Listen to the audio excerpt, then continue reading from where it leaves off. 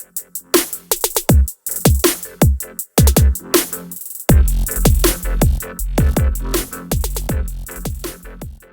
and welcome back to Dialect, where once again I am joined by Colin Campbell. Hi, Colin. Hi Louise, how you doing? Good. And this week we're talking about you've written an amazing piece, actually, that the link to is below, about how games and video games specifically are good for healing. We've talked a lot over the last sort of few weeks about how games have been great over lockdown. They've been great to bring people together. But actually, most importantly, games can be really significant medicinally. And I think you say in the article, and we'll start off with that, that there's actually there's been studies which have found that children don't need as much pain medication if they're playing games. Can you tell me a little bit about that? It was a study that was done in Spain, and they had two different groups, and one played video games and one didn't, groups of children. And they just found that these poor children were suffering from cancer and really difficult illnesses.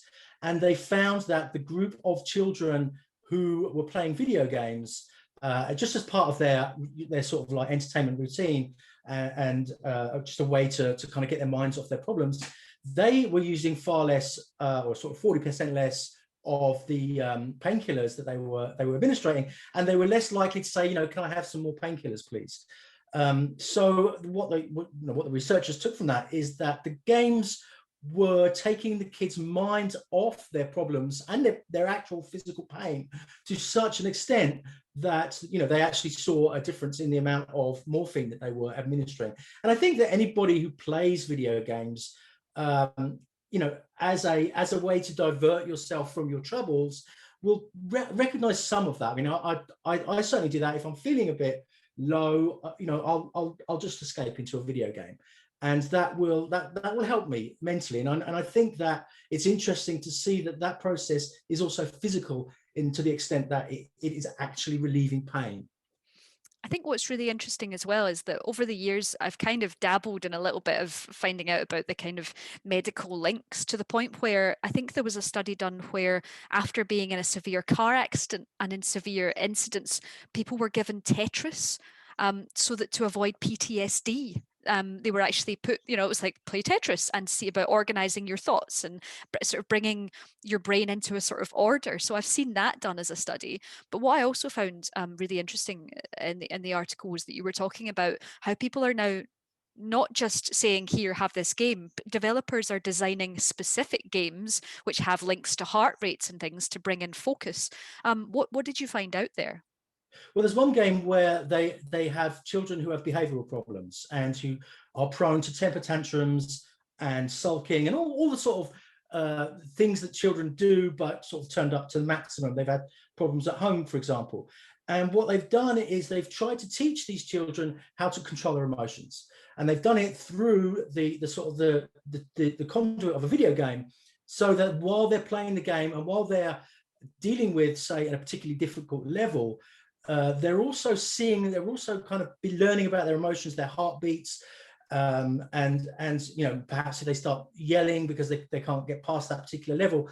So the doctors and the counselors are able to say, look, this is what's happening right now. Now, if the child is yelling because they're not getting their favorite TV show or they're not getting their favorite candy bar, it's harder to kind of like, it's harder to communicate with them because they're really angry at that point. But through a video game, they're able to learn about their own emotions and their own ability to calm themselves down in order to achieve what they want to achieve. We all know that if we lose our temper, then it usually is pretty catastrophic to whatever it is that we're trying to do.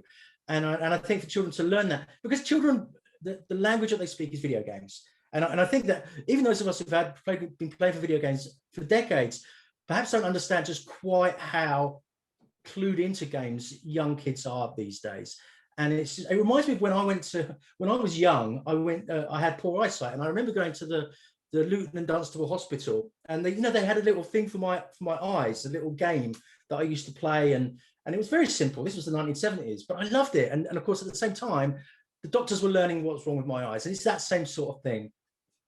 I think that's the new technologies that we're having now can only really support that. We've now got Apple Watches that have heart rate monitors in them. We have everything that the tech can now plug into, and we can sort of react to without even thinking about it. I think there's been a lot of developments that way that I find interesting, because it's almost natural. I mean, I think I've got an app on my watch that means that I can feed a dog if I go walking, and it automatically gamifies the fact that I go walking. But I think more seriously, in terms of advances, VR is particularly interesting for this, right? Because I've seen there's been studies done of, I think at one point people tried with birthing women who were giving birth, putting peaceful VR headsets on them. Now, I don't know if that's a good distraction, but I've also seen people using it for phobias, people using it for PTSD. Is there anything in that space that you find particularly interesting?